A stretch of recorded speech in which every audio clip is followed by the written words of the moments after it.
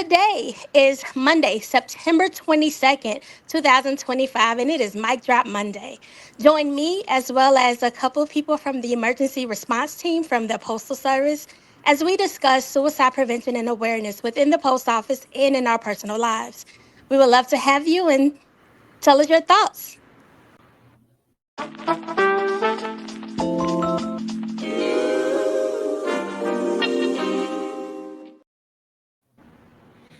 All right, everyone. Some of you may be aware September is Suicide Prevention Awareness Month, and we have a couple of guests on with us today. One is Kimbria Hopkins. She's in branch 4268 in Palatine. And then we have Brother Charles Bundy. He is in my branch, branch 11, Chicago. And so we just have some questions for them based on their experiences within the union and just in their personal life. And we're going to have some information we can share with you guys and hopefully help out any of our brothers and sisters that are in need, family members that are in need, that are, going through something that's serious. So, Kimmy, you there? I'm here. How are you? I'm well. How are you? I'm great. I'm great. Thank you for joining us. Good. This No is the Mike problem. Drop Mondays program. I don't know if you've ever seen it before in your travels, but we My put out a show travels. once a week. Try to bring information to the membership of the NALC, and we're talking about Suicide Prevention Awareness Month, the month of September, and I was told by Sarah that you had some experience you would like to share, and we can kind of talk about it from there. Sure. So thank you for having me. It is truly an honor to be here. I am definitely nervous. We can't tell. We can't tell. But my experience with suicide is 15 years ago, I lost my brother, unfortunately, to suicide. Um, have no idea why. He had been a year out of graduating from high school. He took a leap year. He was getting ready to go to Mizzou for college, and everything was good until it wasn't. And he decided that, I guess he decided, we have no idea to this day why he made the decision to do what he did. All we know is that 15 years later, and it still feels like it was yesterday that we lost him. So yeah, Is it it's been is a that your long older healing older brother journey. or younger brother? No, he's younger. I am the second oldest. So yeah, he was my first brother. He's my first brother. So my mom and dad's first son, my first brother. Um, he was an amazing kid, smiled to light up a room. Like he had a lot of potential. And I'm not just saying this because he's my relative. He was literally an amazing person. So yeah, it was very Wow, difficult and, to deal and with. and of course, you and probably the whole family are like, wow, I wish we would have known, we could have tried to get him some help. We could have, and I don't know, I'm definitely no expert on the subject, but what I do know and what I've read is that sometimes when someone is going through that level of depression or just going through having those thoughts and those feelings, if they don't have the ability to actually take their own life, a lot of times it can get better. You know what I mean? If in that Yeah. moment, if during that time you can stay it off and you can either because they don't have the opportunity or you can talk to them, you can convince them that their life is worth living. Sometimes that can work, and so I know that got a weigh on you guys not having that opportunity. Yeah, and I think the thing that made it more difficult was the fact that the day that this happened was a normal day. My brother had just came in from playing basketball with his friends. He he was getting ready to take a shower so that he can go hang out with his girlfriend. He was making plans for that day. So it wasn't like he was in a saddened spot. It wasn't like he was in a downtrodden place. It wasn't like there were outward signs of him struggling. It was literally like he came in, he was about to take a shower, got his clothes out and ready, and then he disappeared. We did not see him, did not hear from him, and we didn't see him again for 2 days. And that's when, unfortunately, he was found. So it wasn't like this is something we saw coming or we knew was coming. And I think that's the other issue that, especially, not to make it a race thing, but to call it what it is, in the Black community, that's something we don't pay attention to, or we don't realize, and we don't acknowledge, is there are times when people are having a really hard time, and it is such a stigma to go seek help or to go get therapy or to talk about your feelings, and it's such a stigma for men to cry because men don't do that. You have to hide your feelings or just bury it and not express what that is. So there could have been things that was going on, and because he felt like he could not express them, because that's something else that weighs heavy on me, right? I talk to my brother often, and I think about what could I have said, what could I have done, could I have been there more, should I have been there more, what resources could I have given him. And as much as it wrecks my brain, I have no answers, right? I 15 years later am still asking those same questions of what could I have done differently?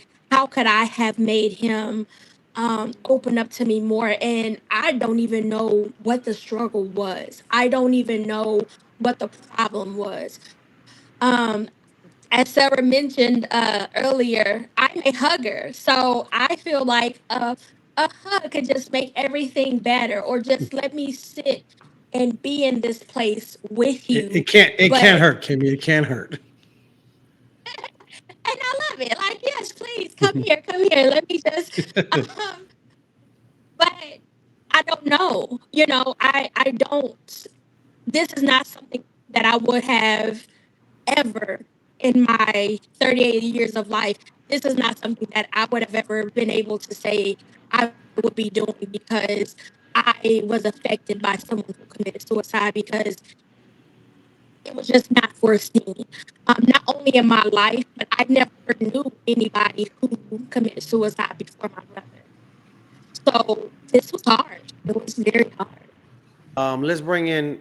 I see that Rhiannon got on. Rhiannon Gator. She's in branch 219 Aurora, as well as Mr. Bundy here. They are both part of the emergency response team that the NELC has. And basically, when we have issues, we will deploy the team.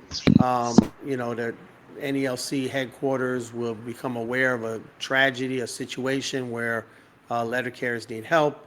Obviously, it doesn't have to be a suicide, but I don't know if you guys have dealt with suicides either in the workplace or family members of people and things like that as you've been deployed as part of this emergency response team. So I just wanted to ask you guys kind of what your experiences have been with the emergency response team, and specifically related to, September being Suicide Awareness Prevention Month. I guess, Rhiannon, you're unmuted, so you go first. Hi, my name is Rhiannon, and I'm part of the NALC Emergency Response Team. And we started the program. Me and Charles got selected about almost a year and a half ago, and we did a week intense training on traumatic incidents and how to respond to them.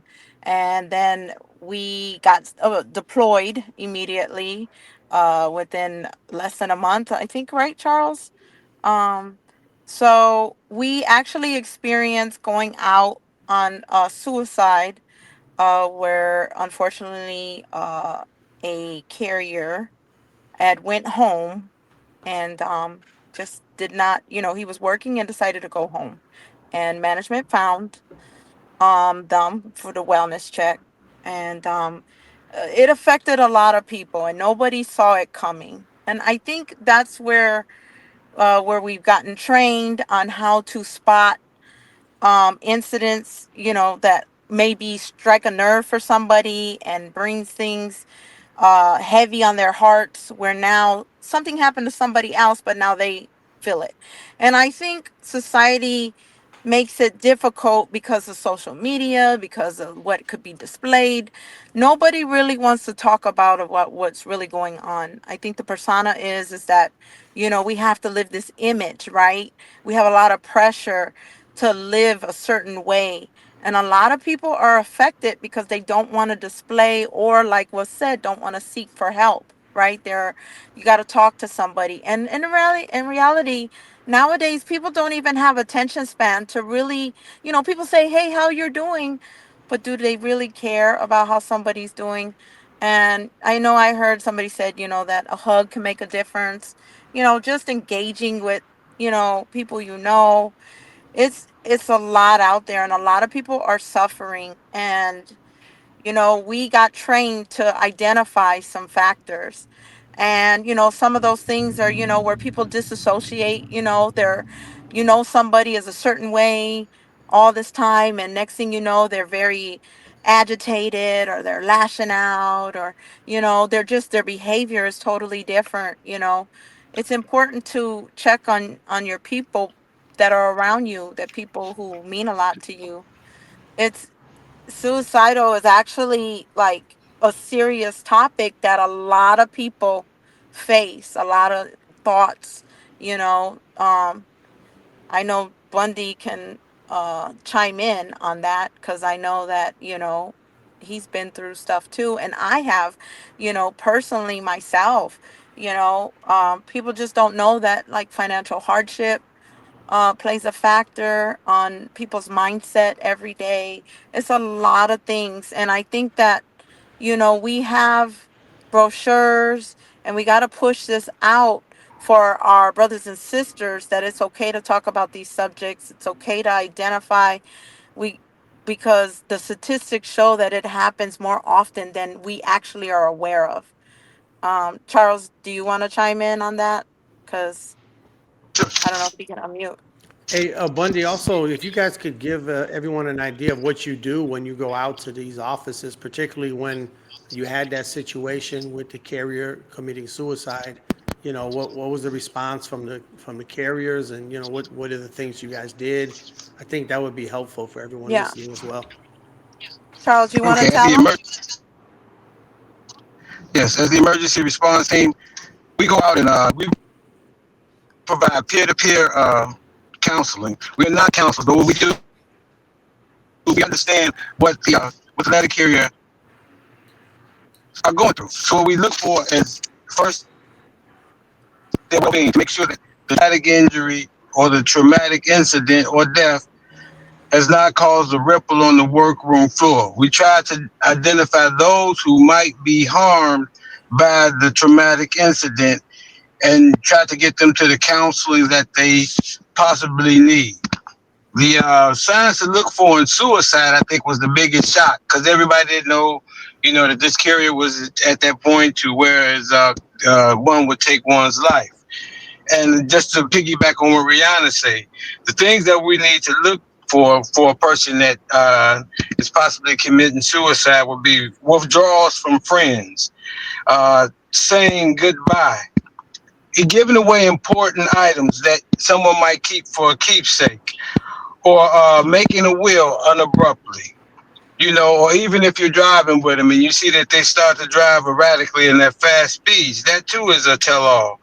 And again, the fast or an extreme delay or an extreme mood swing shows. And also sometimes people show that they're trying to commit suicide by the way they eat, the lack of eating, or the lack of sleeping. So there are some telltale signs that people should look out for, and a lot of people didn't take the opportunity to look out for it on the workroom floor, because we never think that one would take one's life until it actually happens. There are some that are available. We are not here to uh, replace employees. Do is our job is to go there, give condolences from headquarters, assess the situation and how it affected our brothers and sisters who work on the workroom floor, not only brothers and sisters, but our fellow you know, clerks and mail handlers, even management, who is affected. So we find that out. We talk to them. We identify, we're looking to see, are they going to open up to us about what's going on?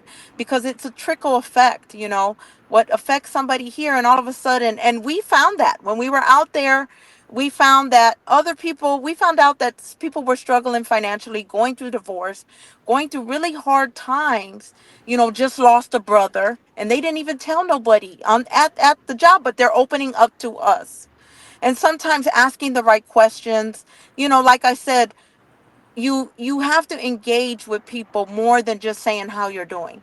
Because Right. sometimes how you're doing is just an automatic answer, I'm fine.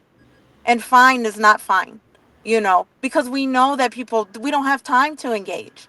So getting to know somebody, looking out, saying, pointing out, oh, I see you got, I don't know, new headset or new glasses. When I was out there on the workroom floor, I was actually identifying with people like, oh, I see your glasses. Those are cute glasses. Where did you get them from? And asking open-end questions that people feel more comfortable answering. And then all of a sudden they see, wow, you're kind of like me. And then they're like opening up, telling you their whole life about how they're raising kids and don't know how to make choices. And that's what we do. We go there, we show them who we are, which are letter carriers always first, and then we're there to listen. And I think even myself over the years, I had to really learn how to listen to people. So that's, with everything, not everyone knows how to do, but that's what we do. We do group settings where we talk about the individual who passed. Let's remember the good memories of people and gets people talking, right? And then they open up. So getting an environment that's comfortable for people to open up, that's what's needed in times of, traumatic incidents like that are really heartbreaking. And even if it doesn't go there, I mean, sometimes we see carriers blow up. Like, what caused it? What's going on? Nobody wants to really know what's really going on. And so I think with the training that we've had and the experience going on the workroom floor, me and Charles just tag team. You go get them. Oh, this person, I think you're going to open up with them. And that's just what we're doing. We're trying to get as many people to get talking so we can see, can we make a difference, just to get to know somebody. Sometimes people who commit suicide are very lonely and feel that nobody is wants to hear them, you know and something just as simple as, finding out what they like. Oh, I hear you humming that song every day. I mean, it's not everybody's responsibility to save everyone, but sometimes But we're we gonna on the try. workroom floor, we're going to try, We're right? gonna You try. That's, are we're you a union. talking We're to gonna that try. person, right, that you see quiet every day? Why are they quiet? We already know who's the loud ones, who's the quiet ones. What's going on? It. And I can say myself, I think the reason why I got selected is my personality. I always want to know people. And so Mike always laughs because he'll be like, this girl knows everybody sometimes when I travel, when he This is travels. true. Yeah, it's true. They'll be like, hey, Rhiannon. But it's because I've learned that you got to reach out to the people that are quiet. And I myself has had a cousin who committed suicide. And do you know why she committed suicide? She went and hung herself Oof. because she was lonely. And I felt bad because she was like, hey, we should hang out. And I'm like, yeah. And I'm so busy and I never hung out with her. But why did she commit suicide? Because her cousin committed suicide, the one she was really close to. Yeah. I mean, And that's rough. And I think generally that's the what, answer is we don't know because you really can't know for sure what's right. You going on don't. inside of someone's head. But we just try to help in any way we can and make sure that people have resources. When you guys go out to these offices, I'm assuming you're providing resources and things that they can do. Obviously, right now we're trying to spread the suicide hotline. If people need someone to talk to. But what else is out there that you guys can share? EAP, we always offer EAP. We also do a local search of local community outreach programs. Sometimes the When local you're in that churches. office, right? Right. When we're in the office, we assess the area around. So it's like not only EAP, but what's the local services available for these people in their own community. So there are a lot of suicide awareness programs out there, and we ourselves could just do a local research for our local post offices and hand it to somebody, encouraging them to go. It's not a problem for people to go. That's the main issue. Like you said, in the 1-800 number, suicide should be available. There are resources that you can print out on NALC.org now. Because of the emergency response team, you can actually go and print out some brochures and use in your office as well. All right, awesome. We wanted to share an article that came out recently in the Postal Times. Just had some information, general interest regarding suicides in the Postal Service. And at least according to the article, they thought that the number may be going up, or at least that particular year. It had the data from 2023 that it appeared that in that year, the suicides had gone up within postal workers as Yeah. they tracked them or whatever. So I'm going to share that information with you guys, and then we'll share the phone numbers and the other resources um, that people might need out there. Any any final words or any thoughts, words of encouragement or whatever? Kimmy, you can you talk? You got a better connection now? Let's try it. I think so. That sounds great. That sounds great. We'll let you. Okay. We'll start with you, and we'll take final words. We'll go you, and then Bundy, and then Rhiannon. We'll do you last. That's okay. Okay. So my final words to any and everybody out there who may be struggling, regardless of what it is, I am here. If you want to talk, let's talk. You want to laugh. I love cooking. So you need a good meal, I will cook for you. I will make you some cookies, like whatever it is. I just want people Chocolate to chip. know you. Yeah, I got you. Chocolate chip. Yes, absolutely. Uh, you never have to feel like you are alone. Like, you are loved, you are appreciated, you are wanted, you are absolutely needed. And if nobody else wants you or needs you, I want you. I need you. I need you here. You are more worthy, you are more valuable alive than you are not. So please don't feel like there is no hope. I know life is busy and I know things are hard, but I will make time. I will make time for you, whatever it is. So please don't ever feel like you are alone. I've been through this. I would much rather sit and cry with you than Hmm. cry over you. So if you need me, That's right. I am here. That's awesome. And it just gave me a thought. One thing we can probably do at all the post offices we work at, during the stand-up talks or whatever, just say just that. I mean, like Kimmy, I know you work in a big post office, probably got like 100 people there. If you give that message to people, that could help. That could help, and especially during this time where we're trying to raise awareness. That was beautiful. Really appreciate that.